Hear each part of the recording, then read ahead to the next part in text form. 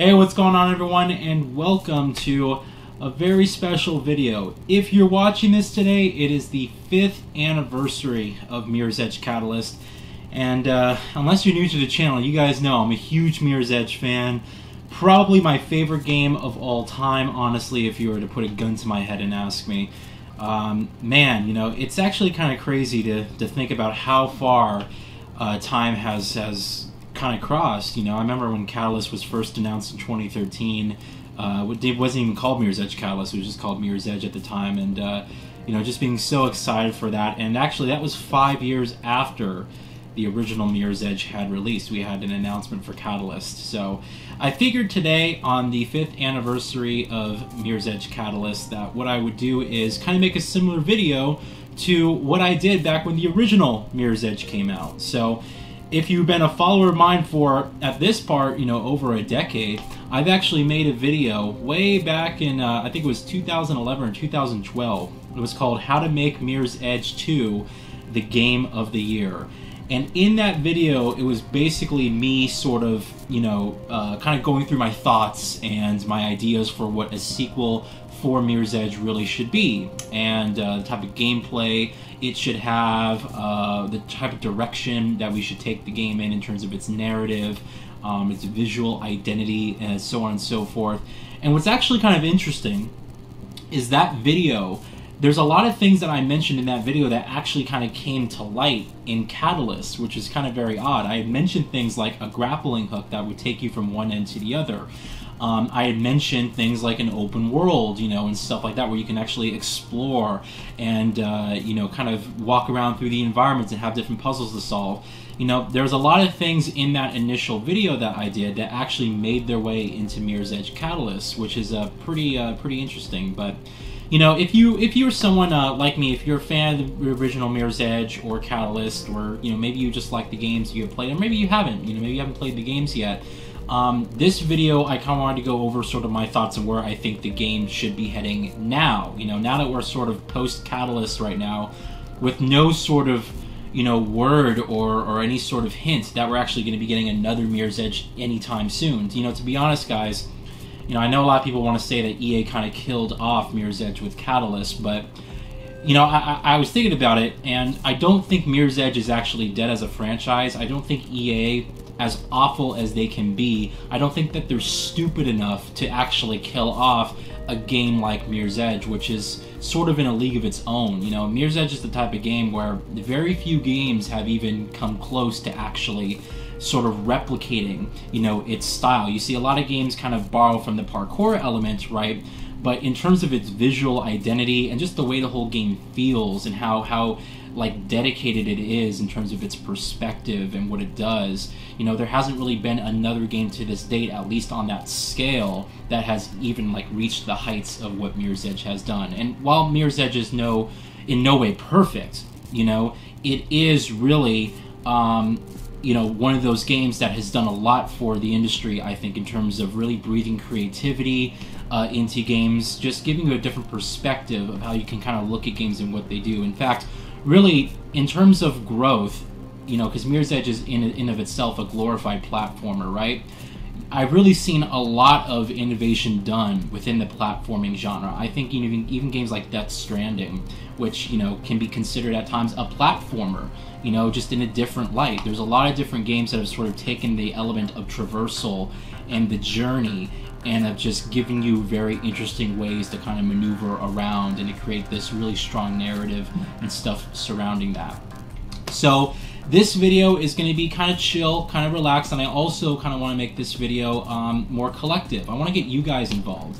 So I'm hoping that what this video can do is sort of offer a brainstorm for how we would want, I guess, a Mirror's Edge 3 at this point to be. What we expect another sequel to maybe Catalyst, or if EA wants to go this route, a reboot again of the franchise. You know, what really should a third Mirror's Edge game really entail? That's what this video is going to kind of go over. Now, I myself have kind of written down here and typed out really a list, all right? There's 2 pages here, and I kind of wanted to go over some stuff. I'm going to have some gameplay kind of intersect in between to sort of add some more flair to what I'm saying. But, you know, all this stuff is just kind of things that I have thought about. And I also, you know, again, I want to get you guys involved as well. I want people to sort of comment down on their ideas and kind of make this a really exciting video about thinking about the potential future of this franchise. I think it would be pretty cool. And, you know, who knows? You know, I don't know if any of the developers behind Catalyst ever saw my original video. I'm actually, I have a few of them on my LinkedIn page that I'm kind of close with. So maybe I'll share that on there, share this video on that front. But yeah, you know, I think it's very interesting to see that if you go back and you watch that video, you know, well, 10 years ago or however long it's been, you know, a lot of those ideas actually made their way into Catalyst. So who knows, maybe a lot of this stuff will actually make its way into a third Mirror's Edge game. Alright, so we're gonna get to this, and like I said, feel free to add your 2 cents to the comments, or if you have something crazy and wild and you feel like you want to share that to the Mirror's Edge community, to anyone watching this video, feel free to leave that down in the comments below. So to start off, I'm going to stop referring to Mirror's Edge 3 as, you know, the third Mirror's Edge game, and really I've come up with my own sort of subtitle for what I would expect another Mirror's Edge game to be called. So I'm going to start referring to Mirror's Edge 3 as Mirror's Edge Uprising. Now, this is something that, not confirmed, you know, this is something I completely just came up with. I actually created mock-up box art years ago for this, and did share it on LinkedIn, which a few of the developers did see that and actually give it a little bit of a nod. You know, it's a very basic box art, but the idea behind Uprising is really what Catalyst should have been, right? I think that Catalyst did a lot in terms of improve the gameplay and really make things more seamless, and just, it was a lot more fluid, let's just say, right? There were some sacrifices, I feel, made in terms of the way the game feels. I don't think it feels as grounded, at least Catalyst doesn't feel as grounded as like the original Mirror's Edge. I think that Catalyst really was kind of forgiving in terms of its gameplay, to the point where it made things a lot more easier. There wasn't as much skill required in order to execute certain moves like the original Mirror's Edge kind of forced you to do. You know, Catalyst, just the whole movement and the way that Faith sort of traversed through the city, it was a lot more forgiving to a newcomer player. And while that's great in terms of the advancement to the series, and hey, you know, people who maybe thought the original game was difficult, you know, there wasn't as much of a learning curve, I would say, this time around with Catalyst as there was with the original Mirror's Edge. I still feel like it kind of sacrificed a bit of its identity on that front. Really what Uprising is meant to do is create a narrative surrounding Mirror's Edge that really Catalyst should have been. I feel like the weakest part of Catalyst was the narrative, and I feel like I'm not the only one who you know, thinks that way. Catalyst was great on pretty much a lot of different elements, and it did a lot to improve the gameplay, make things more fluid. The visual identity was there, it was much more varied in terms of the environments that you saw and the sort of art style that you got across. At the same time, the narrative was just so painstakingly average, and at the same time, again, you know, characters were so underwhelming and so underdeveloped at times. And so, you know, really Uprising is about, you know, and this is where I feel like I'm going to kind of lose some of you guys on, but it's a retelling of Catalyst, but really much more expanded upon and much more complete in terms of its overall narrative. Catalyst sort of ended on, you can say, a cliffhanger at times. It didn't resolve the overall conflict that it was kind of going across. It was really about a coming-of-age story of this character. But even at that, from that perspective, I don't feel Catalyst did it extremely well, you know? And again, I give my hats off to the guys who worked on the narrative still, because there was a lot of work that actually went into the lore behind Mirror's Edge Catalyst. A lot of work went into the lore, and you can read up behind the whole history of the city and the nation. We have different nations now taking place within this world, and, you know, there's so much detail just hidden in the actual lore, and it's really interesting and really cool. But unfortunately, none of that intrigue carried its way over to the main story that Catalyst was telling. You know, they introduced characters to us that, you know, Faith has been seemingly best friends with, but we were just meeting for the first time. And they didn't develop these characters or have enough screen time with these characters to get us to care about them, you know? So, Uprising is kind of like, basically, a fix of this entire narrative and this entire plot. And it takes place, not only does it encompass the entire Catalyst narrative, but it sort of expands upon it to the point where it's a full, complete story. Uprising is about reclaiming the city of glass. It is literally about starting an uprising and taking back the city from the oppression of Krugersec. That is the main idea behind this narrative here. So you're going to start off, and we're going to incorporate the Exordium comic into the actual narrative. And so we have Faith here, and I feel like it should be a little bit, it should be rewritten a bit to make it maybe slightly, Faith when in the beginning of the comic, she was sort of heralded as the world's best runner, that she was the best and everything like that. Yet you started the game without any upgrades. The idea behind this was that she was in prison for so long that she lost her touch, essentially. So you had to sort of, unlock these upgrades for basic movesets that really should have been already given to you in the game. The original Mirror's Edge, there was no upgrades. It was basically you getting more used to the controls, getting more acclimated, and then the better you got as a player, the more robust Faith became as a character. And it was a very interesting way because the game felt like you were progressing and really improving, and you were very, it presented you with very interesting challenges. And you had to sort of use your brain and work around it. When you executed things, right on the dot very well, it was very rewarding. And, the original Mirror's Edge is one of those games that I feel is probably better the second time you play through it, because by the second time you play through it, you're already used to the controls, you kind of, learn the better paths and stuff, and it can become a lot more rewarding over time, the further along you play. And that's sort of why the original Mirror's Edge has such immense replay value, because you just become more acclimated with the controls, and you start to gain confidence, and you start to, discover new routes throughout the game. It's pretty cool. So, I feel, that there's a lot of things with the narrative that needs to be upgraded, but in terms of the upgrades and stuff, we'll get to that at a later time, okay? But we're going to incorporate the Exordium comic in there. We're going to have basically you go through the meat of Catalyst. However, these missions are going to be structured completely differently. Catalyst moves very quickly, and again, characters are not really that developed well. So while I feel like we can still have every single mission from Catalyst in, let's say, Uprising, the way in which they're done in the order and sequence of these events may have to be switched around.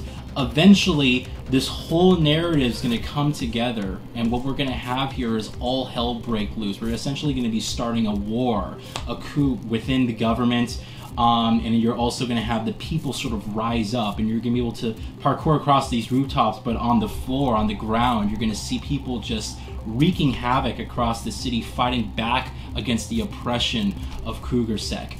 This could be very, very, very cool if executed right, I feel, and there's going to be tons and tons of set pieces and big action moments that are really just going to get your blood pumping and, your adrenaline going as you're playing through this game. And I feel this is really going to connect people with the city.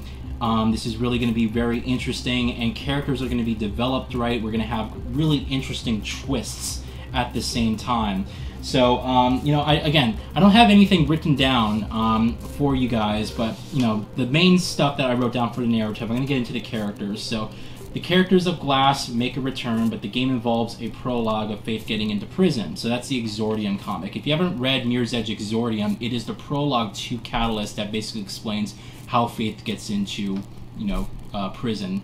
That whole prison breakout sequence is going to be completely redone, which really was the tutorial for Catalyst. Is going to turn into a massive set piece where essentially all the prisoners get loose, and you're running through this prison, and you have to find the best route out of there, and the least offensive one as well. That's pretty cool. So you're essentially playing through an enhanced version of Mirror's Edge Exordium, introducing characters like Beatrix and Celeste, who own a much larger part of this game's overall narrative, alright? And like I mentioned before, the goal is to create meaningful relationships between the player and the characters, including adding more detail to Faith and her relationships with others. Something that I feel Catalyst could have done, but didn't offer enough screen time to these characters for us to care. That whole... I'm still to this day baffled how, what they did with the Noah character in Catalyst. The potential that they could have done with that character is astronomical, and this is stuff that, you know, we really need to correct, I feel like, in the narrative for another Mirror's Edge game.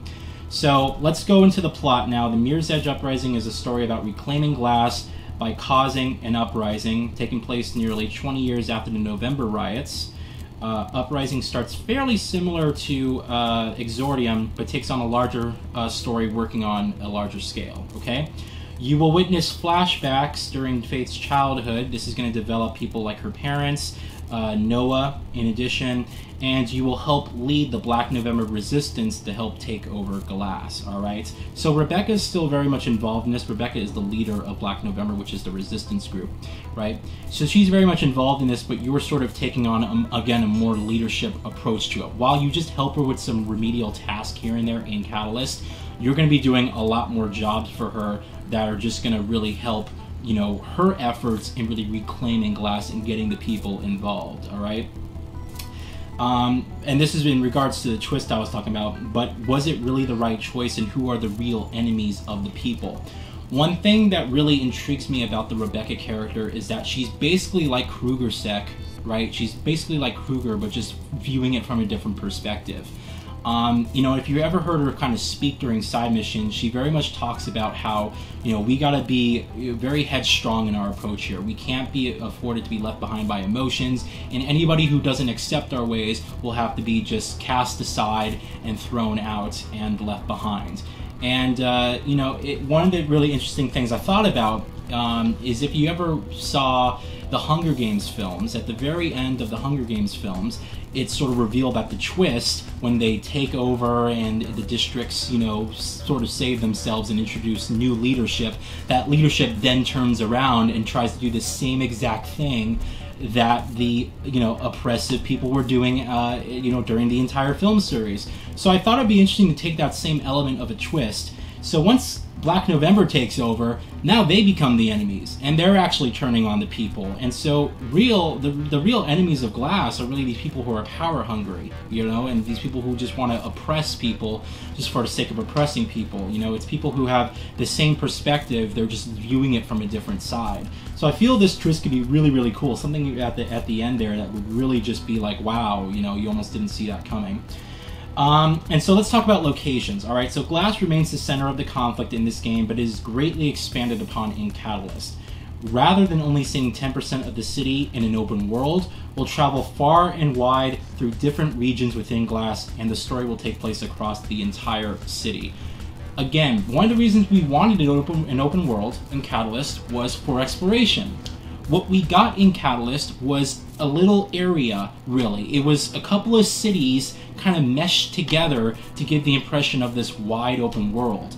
The problem was that if you actually zoom out and look at the entire Mirror's Edge Catalyst map as a whole, you really see only 10 to 15% of the entire city actually exploring it in an open world environment. In fact, the original Mirror's Edge, which is level by level based, takes you through much more in the city, different regions and everything. I mean, you literally start from one side and end at the other. You get to see far more of the city in the original Mirror's Edge than Catalyst let you. And that was a linear, level by level based game. And so my approach to this, and we'll talk about this in the gameplay front, we're not using an open world again for Uprising, and I'll explain why a little bit later. I think Catalyst was really an indication of what happens when you create, you know, something like an open world.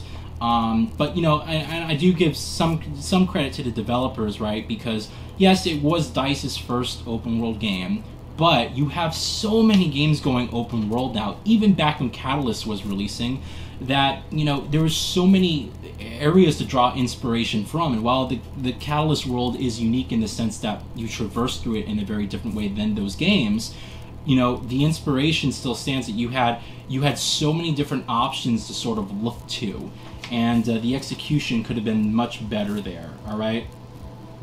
So I also want to enhance the design of Glass to feature the original vision of Sky City. So that is a utopian conglomerate paradise lifted far above the industrial and corporate nature of Glass. So if you don't have the Mirror's Edge art book, you may not know what I'm actually talking about. So the last level of Catalyst involves you going to the Shard, which is also kind of part of Sky City. It's basically a large skyscraper sitting in the center of the city, you know, where everything kind of funnels through. All the executives work from there, the rich live there. It's like that place is like supposed to be the utopia. The original art book for Mirror's Edge Catalyst shows the concepts and designs of Sky City were so much more, far and beyond anything we got in the actual game. What we had, and this actually kind of holds true, I'm gonna take this off the wall very quickly. This right here is an exclusive signed lithograph for Mirror's Edge Catalyst. And what we can see from this image is an entire rail system and building that actually overlooks the city far beneath it. So what you have is sort of this kind of incredible design here, where you have this sort of large city sitting on top of the city below it. So it's essentially Sky City, this utopian paradise. Basically, if you're rich and famous, you can live here, and if you're working in the corporate life and you own everything, you know, this is where you're staying, and you're far and above beyond any of the conflict in the original design here. I mean, this never once appears in the full game at all. This image of her actually kind of running across this rooftop with the grapple hook, there's nothing in Catalyst, not even in the cutscenes or anything, that even comes close to the design and complexity of how this is done. So I want to really bring that back into the design here, and that is going to, you know, sort of be one of the locations we'll be able to visit. Again, not as full open world exploration heavy as something like Catalyst, but done in a different way where you're still going to have exploration, okay? So that is the narrative, you know, again, I want to get your guys' 2 cents on everything here. So if you have an idea or something you want to bring to the frame that I just described here with the narrative of Catalyst, go ahead and write them in the comments. All right, we're going to move on to the visuals and sound design, and then I want to get into the gameplay last, since this is arguably the most important. All right. So the visual style. Now I actually do like the design of Catalyst. I think that they went for a more futuristic, more digital-esque design than the original game, but it really works and it still feels like Mirror's Edge to me. My issue with Catalyst, though, is that they were very conservative on the stylistic approaches to color and stuff. And what you really have to do is you have to kind of mod Mirror's Edge Catalyst in order to give you the impression that you just have this really lively, you know, incredibly artistic city, because as you're kind of just exploring it, everything can feel very samey, you know. It kind of feels like, almost, because everything's kind of created on a white canvas, it feels very similar, you know. One building to the next kind of looks very similar to the other, and you're kind of traversing across these rooftops, and you get the impression that this is kind of samey. The thing is that what I really kind of want to do is make a mesh. I want to still have the futuristic design of Catalyst, but kind of reel it in a little bit to the point where it's a little bit less digital. So we're still going for that angular, more grounded design of the original Mirror's Edge, right? But still enhanced for Catalyst to the point where we just have more color. It's a little bit more realistic, and the world building especially. The world building is huge for me. Level design is built for world building first and layered afterwards for parkour. So this allows for more realistic environments, but requires strategy to maneuver across them. The world needs to feel believable as much as it feels like a playground. A huge issue with Catalyst is that the world feels empty for an open world game. And you might say, well, you're on the rooftops, who's going to be hanging out on the rooftops? You go over to the other districts, like the freaking the nightlife district in Anchor. There are like outside patios and bars and restaurants. No one's working, no one's visiting them. The only time you see people, really silhouettes of people, are in windows like above these places. There is little to no life actually breathing on the city when you're kind of running through it. And I get from a gameplay perspective that it's annoying if you have a lot of people around. You're going to have to, you know, kind of dodge them and maneuver around. I get that. You know, it is kind of, it makes sense from a gameplay perspective. from a world building perspective, it completely falls apart. You also have a lot of hallways in Catalyst that seemingly lead to nowhere. It's almost as if the developers were creating something and they got distracted being told to do something else, or they just ran out of time and they weren't able to complete a lot of these areas. There are so many different areas in Catalyst where if you just kind of pay attention and look around and stop for a moment, you're going to see hallways lead to nowhere. You're going to see balconies that are great for you to parkour across from, but have no door. That is not, so they're essentially inaccessible to any of the normal civilians around you. You know, the world building really falls apart when you kind of look at the level design and where doors are leading to and what paths. You know, it doesn't make much sense from a world building perspective, and it makes the city feel very fake at times. This is incredibly apparent when you just stop moving and kind of look around. I mean, there are areas in the buildings where they have like pipes and stuff as if they were building part of the level. Then someone said, we don't have time for that, you just gotta patch it up, and so they just built a wall in front of it. Especially when they did the update for NVIDIA Ansel, the free camera mode that allows you to essentially take creative pictures. You can move the camera into the insides of buildings and into different areas and hallways, and the level design just completely falls apart. World building is incredibly important, and in the art book for Mirror's Edge Catalyst as well, we see like rooftop restaurants and stuff and little coffee shops that people are hanging out in. And so while I'm saying that, you know, we don't have to sit here and enter the buildings and stuff. I'm not saying we have to build it so that we can interact with people and really just explore these spaces at whim, but world building is so important because it essentially is what just breathes life into your city. And that is incredibly important in the case of Catalyst, where you have this amazing environment created from an artistic standpoint. I mean, it's beautiful. It's got this really clean, angular, very just incredible and unique design, right? But then it's just completely unbelievable. It feels more like a painting, more like an artistic still, you know, than an actual world that you want to live in and be a part of. So, you know, we just need to really kind of correct these issues, and world building is something that I feel really needs to be focused on. And again, I give credit to DICE because they did a lot in terms of the art direction, but the world just fell apart as soon as you stopped running and just took a look around. I mean, really. Alright, the second thing is atmosphere. Now, atmosphere is something that, when I refer to atmosphere, I'm more so talking about the weather and the overall feel of where you're at in the location. Catalyst is very beautiful, but there's really a handful of very atmospheric moments in the game, and they're not particularly strong. What I would like to do is actually have dynamic weather in these levels, and so things like rain, let's just say, and winds. And on higher difficulty settings, only on higher difficulty settings, this can actually affect your parkour moveset. So we have one level in Catalyst where it rains, and that's only the tutorial level. The rest of the time, it's completely fixed in this beautiful sunlight in daytime and or nighttime, you know, where you have this nice, calm, peaceful night. But then that's it. You know, there are no other levels really where you have dynamic weather in place. There's one level where they blow up a building and there's ash falling through and stuff from the sky. Fine, you know, that affects your vision, I guess, and that's something that I guess we could also kind of play with, is maybe you have ash or fog or something like that that affects your vision for parkour, maybe on higher difficulty settings or something like that, right? But I really feel like it'd be really interesting, especially on higher difficulty settings, that if we were to introduce dynamic elements like weather. And so maybe you're kind of going towards one objective and all of a sudden it starts raining. Well, now your wall runs become much shorter in terms of where you can go and the distance that you can cross. Your momentum, it carries you a lot further along because when you stop, because the ground is wet and you don't have enough traction, you know, something like that.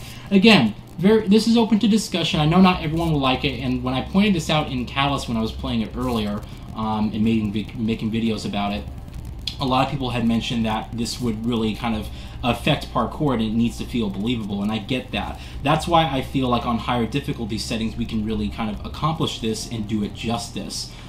It would introduce a level of strategy and challenge that would crop up at any sort of random time. It would be very interesting, I feel like, and give people a different feeling every single time they play through a single level, let's just say. So that could be really cool, alright? That's pretty much it for the visuals. To be honest, I don't have much of an issue with the visuals of Catalyst. I just feel like they needed to be more liberal in terms of the color placement and actually allowing colors and stuff like that. You know, Catalyst only operated with 2 or 3 colors at a time, and so everything felt very samey. You know, it felt very similar to one another, and you kind of walked in one area and it was like, okay, everything's like one or 2 colors. You know, I want some variety. And you can accomplish this in mods for the game. I have this great mod that changes the colors of billboards, that changes the color of railings. There's a mod that cleans up the Omnistat tunnels and makes it more similar to the original second chapter of Mirror's Edge. There's a lot of cool mods in there, and I made a video and stuff where you can actually see me exploring these mods. It's really cool, but the visual identity is something I feel like we just need to allow for more artistic creativity and freedom and stuff like that on there. But I actually liked what Catalyst has done a lot for that, alright? The sound, again, I love what Catalyst has done for the sound. Now, DICE has been consistently excellent in terms of their sound quality. I mean, these are the guys behind Battlefield. They know how to make really crunchy, very bass-heavy sounds that are just going to shake you to your core. And Mirror's Edge is no exception. It's got terrific sound quality, especially Catalyst. I mean, you can feel, or you can hear rather, you know, the streaks of her foot placement as she's running across glass. And when you you know, hit someone in the face and they're wearing one of those helmets or visors, it's like the actual sound it makes is very kind of crunchy and stuff. So I kind of want to kind of iterate upon that. One thing is I want to do is that I want guns to feel more loud and threatening, because guns felt like tasers in the second game, excuse me, Catalyst. You know, you have one enemy type who's using guns, and then you have some other people who have like these shockwave blocks. I would like it if these also kind of affect your sound, you know, the sound that comes out of them. So I want like guns to feel a little bit more, you know, much more crunchy, much more loud and threatening than they do already. And then the actual stun cannons, I guess you can call them, that the protectors have. This would be pretty cool if it kind of disorients you. So not only does it kind of slow you down, you kind of blurs your vision a little bit. It kind of deafens your hearing a little bit. That would be actually pretty cool. So, but I really have no issue with the current sound quality of Catalyst. I feel like it's fantastic. And same thing with the soundtrack. I mean, Solar Fields returns for Catalyst and does an incredible job. You can tell he really put a lot of variety and thought into each level. It's much more emotive. I do think that the music in Catalyst doesn't feel as iconic, however, than the first game. I mean, I can still recall some of the incredible, just basic level tracks of the original Mirror's Edge. And while I can do the same for Catalyst as a fan, you know, they still don't elicit like the same type of emotion from me. And maybe that's just nostalgia, or, you know, just evidence of the times that I was in back then. But, you know, this is something that I feel like, you know, is still exceptional and doesn't really need changing. You know, Solar Fields has done an exceptional job in terms of the music. So I just want him to continue to bring his nuance and, you know, the strong vibrance really to the world. All right. And then the same thing is identity. Mirror's Edge, the original game, had this excellent song called Still Alive by Lisa Miskovsky. I think I'm pronouncing her name right. Correct me if I'm wrong. Right? Catalyst has a similar theme song by Churches called Warning Call. Now, you probably never heard Warning Call before if you're not a Mirror's Edge fan, just because it never gained the amount of traction or notoriety that Still Alive got. And it's a very different song, you know, than really, you know, the Still Alive song was. It just has a different theme to it. And I think it was due to copyright reasons. They actually never had the Warning Call song actually play at any time during the main missions of Mirror's Edge Catalyst. It only ever crops up if you use the jukebox in your actual home base. I don't even think it plays in the credits, to be completely honest with you. So it definitely feels detached from the actual Mirror's Edge, you know, style and everything like that. But what I actually want to do is, instead of trying to employ a different music artist to make their own theme song for Mirror's Edge Uprising, let's just say, why don't we just still use Still Alive? You know, that is such a iconic moment, and I think it would be really cool to have like a single player level. Maybe something like in that chapter where Fate's on the crane in Catalyst and she's kind of looking over the city. Like, how awesome would that be if that was a cinematic moment and all of a sudden you heard the song Still Alive start to kind of breathe in and come in slowly, and then I don't know, she jumps off the crane and there's like different platforms beneath her and she starts doing these, you start doing these parkour moves as the music starts kicking up and playing. It would just be such a cool fan moment. And I honestly, that song's already iconic. I don't understand why we would ever need to actually change it or make a new song, you know? We can still use the same song. It's so Mirror's Edge to me. And, you know, it's a song that even if you're not a fan of Mirror's Edge, it's like you recognize where that song comes from. It has notoriety to it. So that's pretty much it in terms of the sound and the visuals, alright? I'm pretty much fine with everything Catalyst has done. I just want to enhance it a little bit further and give it a little bit of a different feel, alright? Now let's talk about the most important thing, gameplay. Now I have some notes here of a lot of different elements, and again, I want you guys to sort of add your 2 cents in the comments of these because gameplay is going to be drastically different in terms of its feel to Mirror's Edge Catalyst. However, we are going to look at Catalyst, their systems, and actually enhance it and sort of bring in what was good and sort of fix what was bad, essentially, with that game in Uprising, okay? So let's talk about movement. I wanted to return to momentum-based movement. One thing that Catalyst did is, again, it made it very easy to play, very accessible to basically everyone.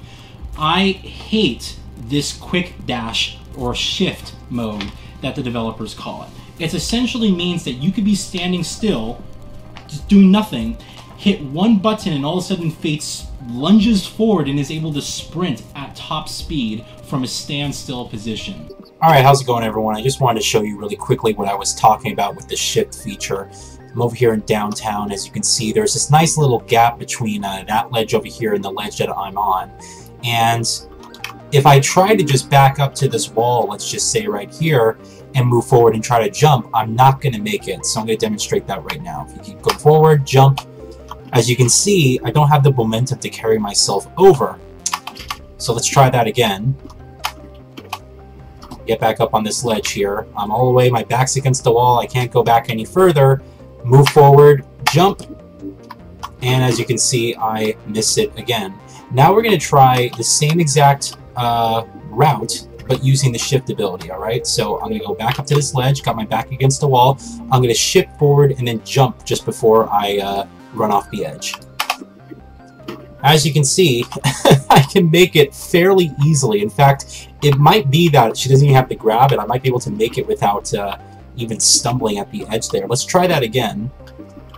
Back's all against the wall here. Shift and jump. Yeah.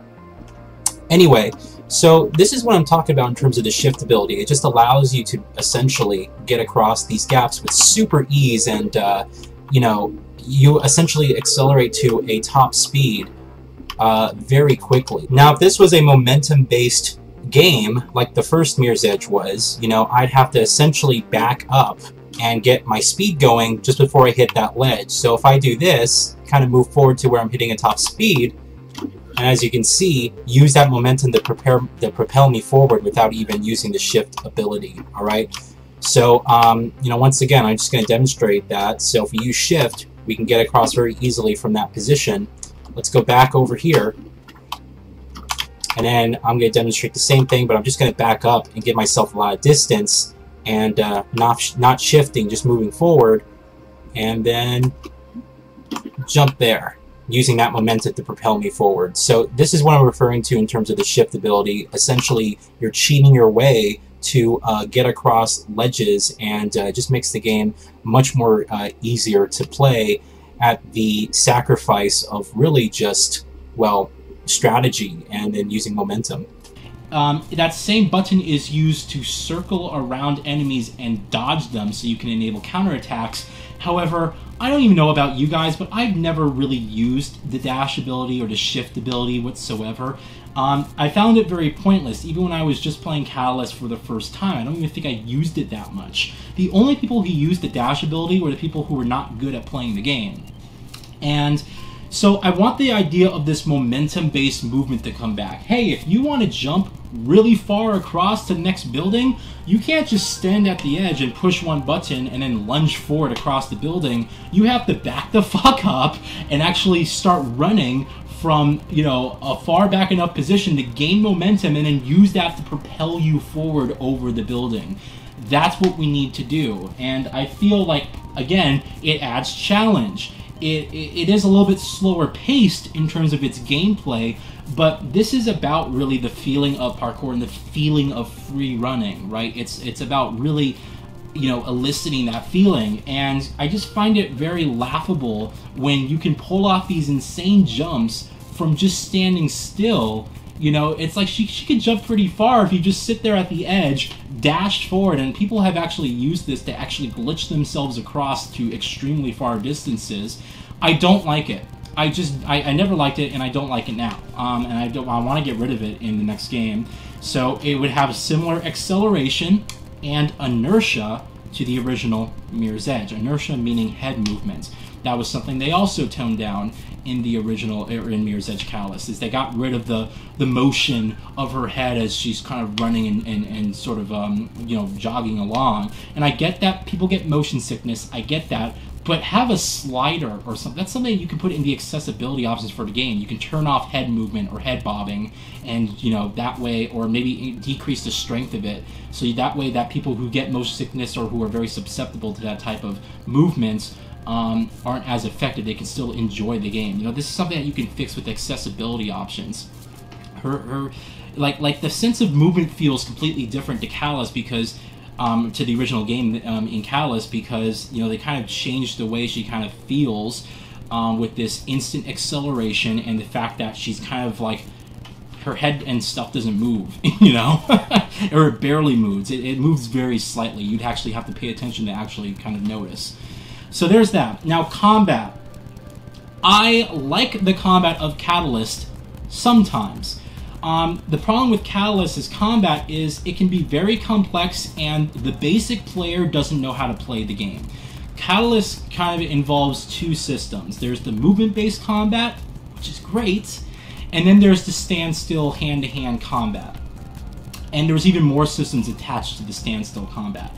Now, I'm sorry, but I mean, we need to make changes to the standstill combat. The movement-based combat is excellent. I love the fact that you have simply two options. You can do light attacks, which essentially get people out of your way and allow you to continue to use your momentum to move forward, or heavy attacks, which basically use all your momentum to dish out a very, you know, large attack at the penalty of you actually sacrificing your momentum, essentially coming to a standstill.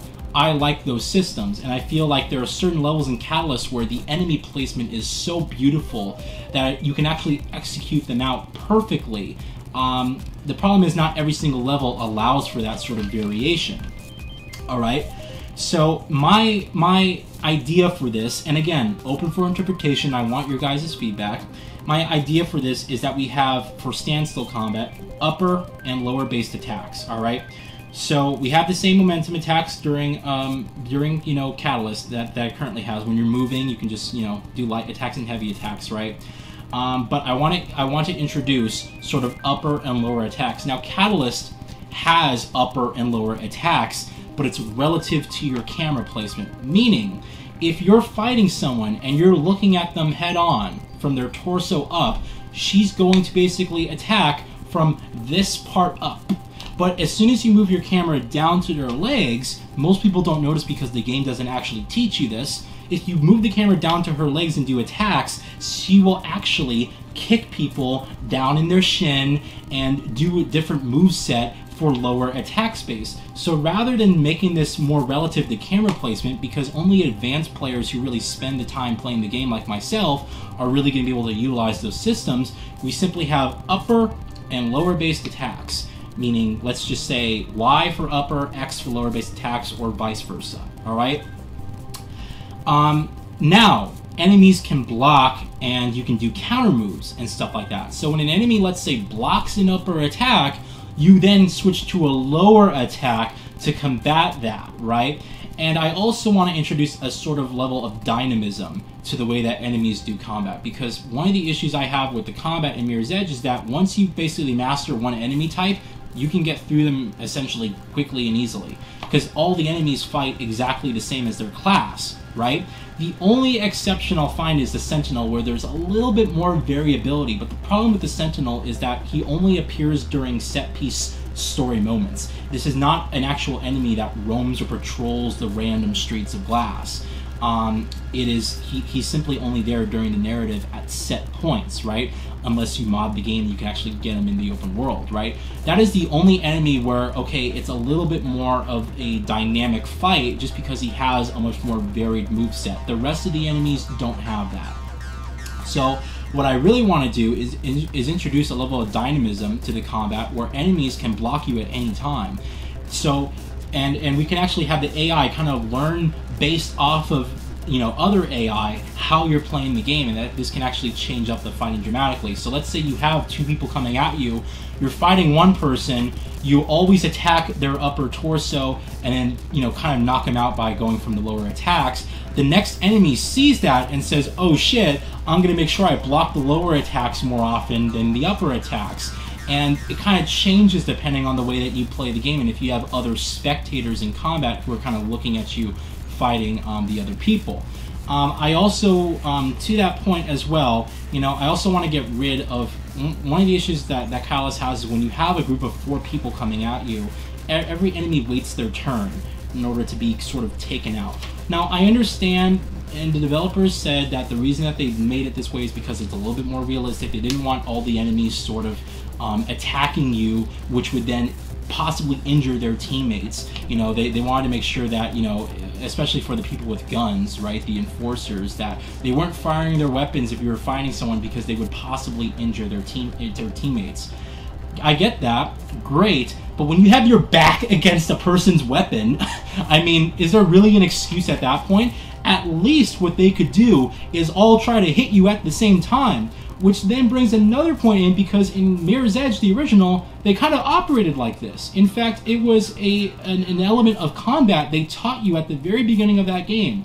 Isolate the enemies, go after them one by one. So the goal was to try and draw enemies to you, and then once you have an enemy coming towards you, you can go around them to fight another person who's by themselves. So why don't we just enhance the existing combat that Mirror's Edge, the original, did, and then inject that into Catalyst with its combat. So now we have multiple enemies kind of hitting you at the same time, so now you're kind of getting ganged up upon. And again, Faith is not some type of, you know, war hero or you know, professional boxing champion or anything like that, you know? She's not a fighter. So the thing is not to encourage combat, but we need to give players still the tools to be able to make it through. So combat should always be challenging, right? But we should never sort of encourage it, and Catalyst encourages it very often, as did the original game. It encourages combat at certain moments. The idea, and this is actually going to allow me to segue into the next section of the game, which is exploration, all right? The idea of Uprising that I had is that all combat in the game is essentially optional. Every combat piece is essentially optional. So how do we accomplish that? Uprising is not open world. I don't want it to be open world. And it's interesting because I always wanted Mirror's Edge. I still believe to this day that the best and ultimate Mirror's Edge game is an open world game with full, you know, complete limitless exploration options. You can go on the rooftops, you can take elevators down to the ground floor, you can go inside buildings. I still believe that that is the ultimate Mirror's Edge experience. It's full reign to explore, right? The problem is, we're just not there yet on a technical front. And Catalyst really showed that to me. As someone who wanted an open world for Mirror's Edge and kind of got it with Catalyst, I was like, okay, if this is what their excuse is for an open world, or if this is the best we can do with an open world for Catalyst, or even, you know, close to the best experience of what we can offer at this point, then I'd rather not do it now and wait for technology to catch up. Because again, that vision of essentially free reign to explore rooftops, the ground floor, the interiors of buildings, and have all these different paths, you know, that is a very forward-looking concept. And so honestly, technology, you have to wait for technology to kind of get there, because I don't believe that we're even there yet. maybe this generation. I don't even know. When you look at a lot of games with these massive open worlds, you know, when you look at something like Assassin's Creed, it's like, wow, this is huge, but it's not nearly as complex as something like Mirror's Edge would require. It's a lot of open fields and mountains and terrains and stuff. Mirror's Edge needs to feel essentially like a living, breathing, open world city with the ability, again, for seamless interaction going above and below the cities, sewer lines, and the insides of buildings and stuff like that. We're just not there yet. So what do we do in the meantime? Well, I was thinking to myself and I said, wait, I'm a huge fan of Deus Ex, so why don't we just take the Deus Ex level design approach that allows you to essentially get to your objective but have multiple different paths and secret areas in order to get there, you know? So I was thinking to myself, this is actually a really cool opportunity because essentially we can give you guys and give people, you know, different players who want a linear experience, we can give you a linear experience, but at the same time, if you're someone who wants to explore the levels and really find new interesting ways, you can actually discover these on your own, and this adds immense replay value to each level. Because what Catalyst did is it gave you an open world in between missions, but then every mission is the same. You played it through the same, you took the same route, there was no differences in the missions once you were actually playing them. So by introducing the same sort of open level design, but not as open, let's say, as Catalyst, but giving you options in multiple paths to your objectives, what we just done is essentially give you immense replay value. So imagine we say like the Elysium building, which is the first level, the first real main mission level in Catalyst. What if there was 7 different ways to get into that building? What if there was a way to get in through the window, like the original game? What if there was a way to go on the ground floor and enter through the main complex? What if there was a way to enter from the rooftops, you know? What if there was a way to enter from the scaffolding on the other side of the building or something, or to sneak in from the, you know, the underground or something like that, from like the maintenance tunnels, go underground and go up, you know? Essentially adding different paths and different ways to the environments. And by the way, in addition to this, some paths require tools and gadgets, while others actually require a more skillful move set, essentially. So side missions are also something I want to incorporate, but instead of them being just sort of random in an open world, they're on your way to the main missions. And so side objectives can offer detours to your missions and also upgrades to your character, all right? So now we're getting into an upgrade system, and let's talk about that very briefly. There's no experience you get in this game, no experience points. And in Catalyst, you got experience points and you unlock those with, or you just use those to unlock different move sets in combat and stuff like that randomly. No experience or levels or anything like that in Uprising. What we're talking about is upgrades are earned by completing side missions. So example, breaking into Krugersec to download data on protectors, which offer increased damage and larger time windows for blocking. So rather than just going through and doing random stuff, which, oh, you got an experience point, choose from the list of stuff that you want, and then you can randomly now do more damage to protectors. Now we incorporate that into the narrative, give you a reason to go out and do these side missions, where you can actually start to get more data and stuff like that. And movement upgrades can be completed, or can be acquired, excuse me, by completing challenges and races. So if you want something like double wall running, you can actually do this, but you're going to actually have to pass a series of challenges that proves that you're skillful enough to unlock this this upgrade. That, I feel, could be really, really cool because it encourages people to practice. It encourages people to spend more time getting acclimated to controls, which means that you're a better player. And so we're teaching you how to become a better player during your actual playthrough of the game, which then is causing immense replay value because you'll be able to discover different routes along your way to missions. Now let's talk about gadgets. So these are completely optional to use. The mag rope can be ignored, and the entire game can be completed without anything, all right? Now, I don't mind the mag rope. In fact, like I said, when I did my original How to Make Mirror's Edge the Game of the Year, I described at that point, you know, basically grapple hook that acted very similarly to the mag rope in the full game.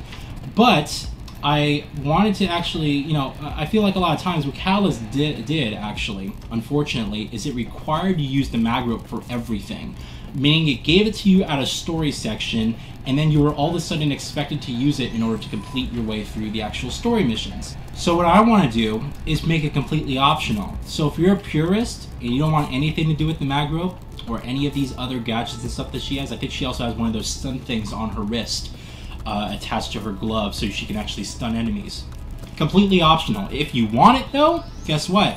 You have to complete side missions in order to acquire the upgrades and the tools for it. And these can unlock additional paths into your single player missions. So if you want to actually be able to find the quickest route and stuff, you can use these gadgets. Let's say the mag rope, you know, you can pull down some scaffolding or pull down like a fake wall or something that some people put some cardboard up. You can pull it down, all of a sudden this opens a new path through the single player environment, all right?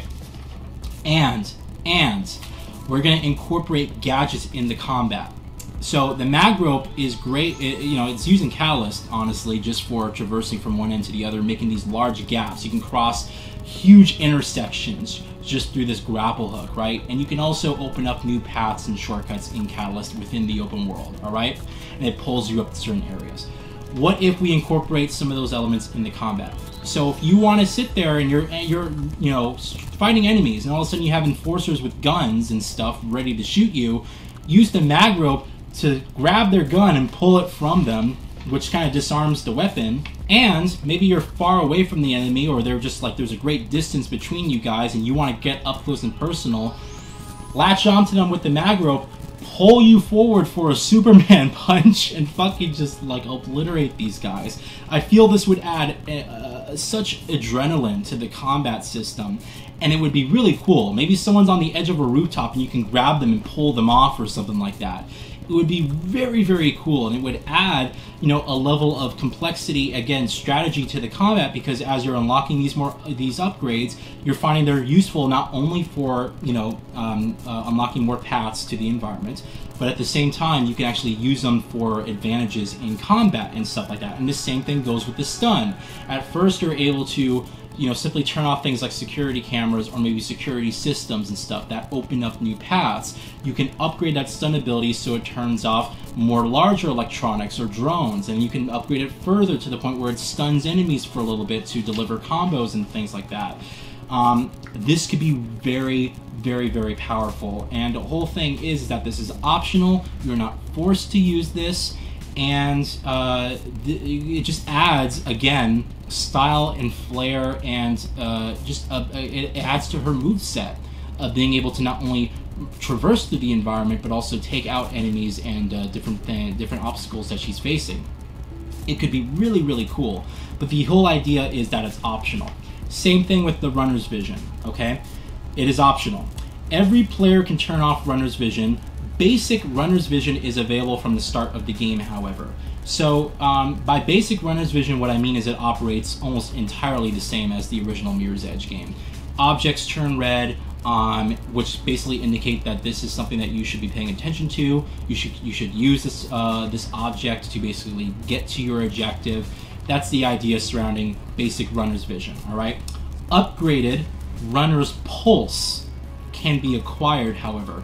Runner's pulse sends out a small circular burst which shows a runner echo doing the moveset for a few seconds. So it's kind of like you're standing still, you send a runner's pulse out, which kind of goes like wah, it sends like this circle out from where you're standing, and you see like an echo, you know, a fake character or whatever, doing the parkour move for like a couple seconds, showing you, okay, I have to wall run, turn, jump to get over on this section. But it only shows it for a few seconds. And last but not least is runner's Pathfinder. Now, Pathfinder is basically similar to the full runner's vision in Mirror's Edge Catalyst. It shows this trail of where you're supposed to go and is essentially a glorified navigation system. Now, I honestly don't like that in Mirror's Edge Catalyst.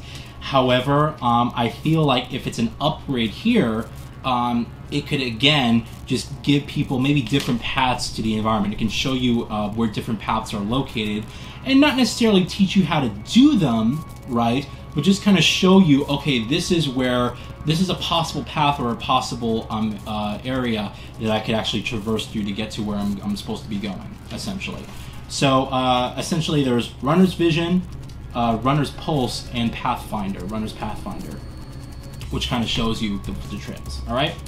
Last thing is the heads-up display. It's a configurable heads-up display. What do I mean by that? No longer displays health, no longer displays the flow meter, and no longer displays the shield status of Faith. So what I liked about the original Mirror's Edge is that your heads-up display was a dot. That was it. You had a health indicator by the screen going black and white, and you just kind of getting hit with bullets and stuff like that. But Mirror's Edge Catalyst kind of ruined that almost, because there's a lot going on with the heads-up display that kind of ruins really the aesthetic of the game, in my opinion. So it's completely configurable, but we don't give you displays for health, flow, or shield.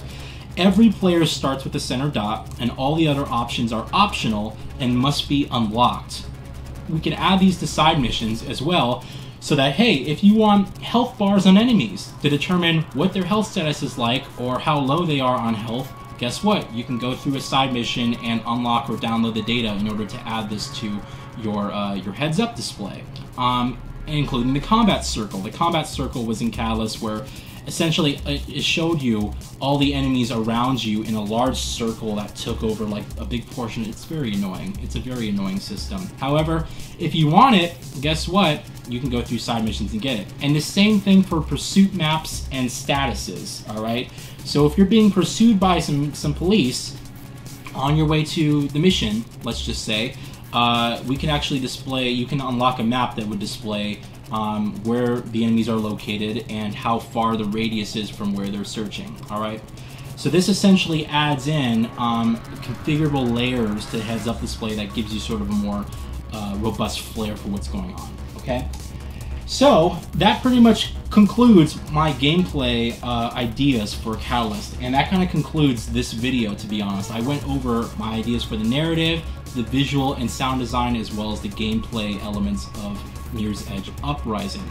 Now, again, I want this video to sort of be a collective mind of fans.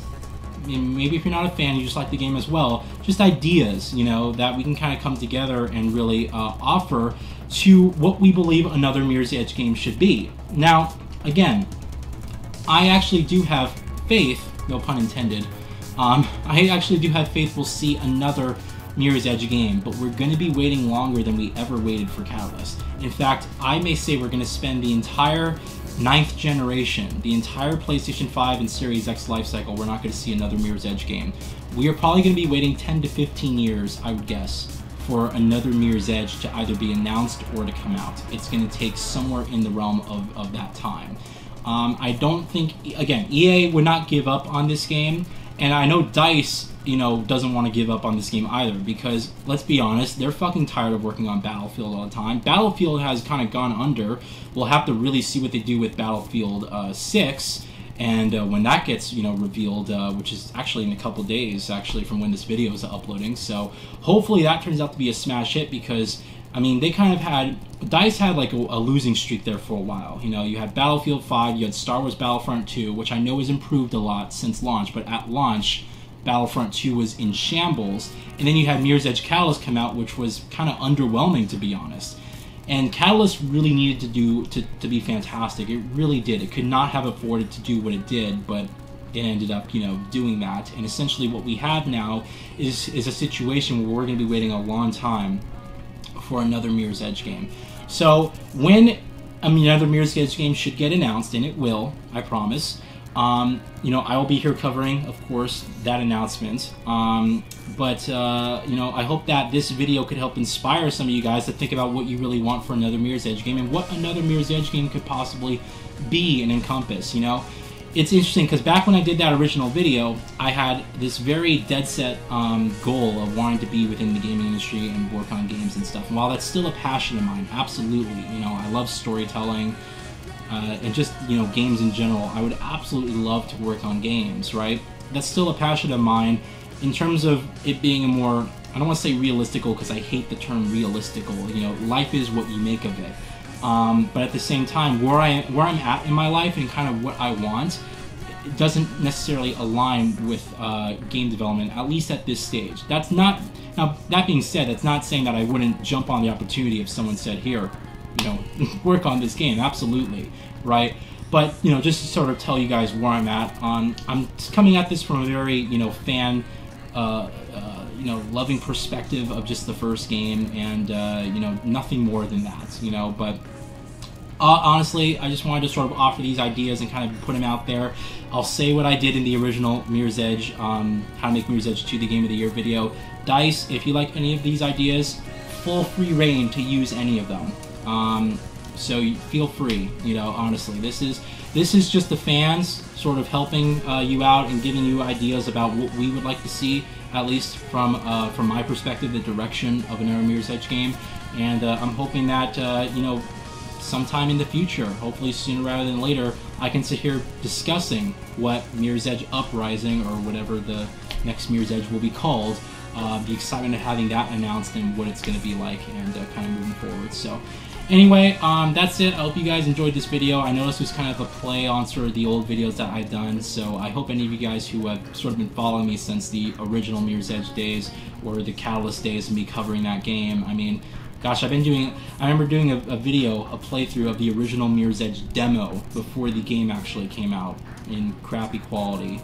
So yeah, been doing this for a little bit too long. So anyway, I hope you guys have a fantastic day. I really look forward to hearing some of your ideas, and also let me know what you guys think of my concepts, and we'll move on from there. So have a good one, and thank you all so much for watching.